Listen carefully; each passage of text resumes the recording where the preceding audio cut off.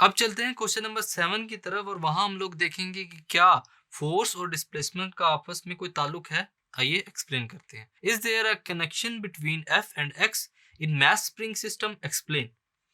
Yes, there is a connection between F and X in mass spring system as acceleration of mass spring system is given as acceleration क्या होगी A is equal to minus K over M into X.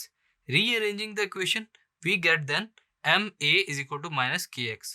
हम लोग mass को left hand side पर multiply कर देते हैं तो हमारी equation क्या बनेगी MA is equal to minus KX. And as according to Newton's second law of motion we know that F is equal to ma. Force क्या होती है ma के equal. So putting this we get, हम लोग ma की जगह क्या put कर देंगे f will be equal to minus kx। इसको हम लोग इक्वेशन 1 का नाम देते हैं।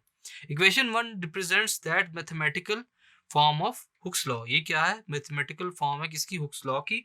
Where f is the applied force, f applied force है, and x is the displacement in position of mass and k is the spring constant, so we can write equation 1 as f is equal to constant into minus x.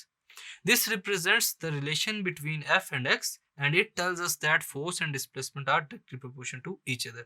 इस equation से हमें पता चलता है कि force और displacement आपस में डायरेक्ट प्रोपोर्शनल हैं, which means with an increase in the value of f, अगर हम लोग f की वैल्यू को इंक्रीज करते हैं there will be an increase in the value of x as well, तो x की वैल्यू भी इंक्रीज होगी। सो क्वेश्चन नंबर 7 में हम लोगों ने देखा स्टूडेंट्स कि कैसे फोर्स और डिस्प्लेसमेंट का आपस में ताल्लुक है और आपस में ये दोनों एक दूसरे के डायरेक्ट प्रोपोर्शनल है कि फोर्स अगर इंक्रीज होगी तो x भी इंक्रीज होगा।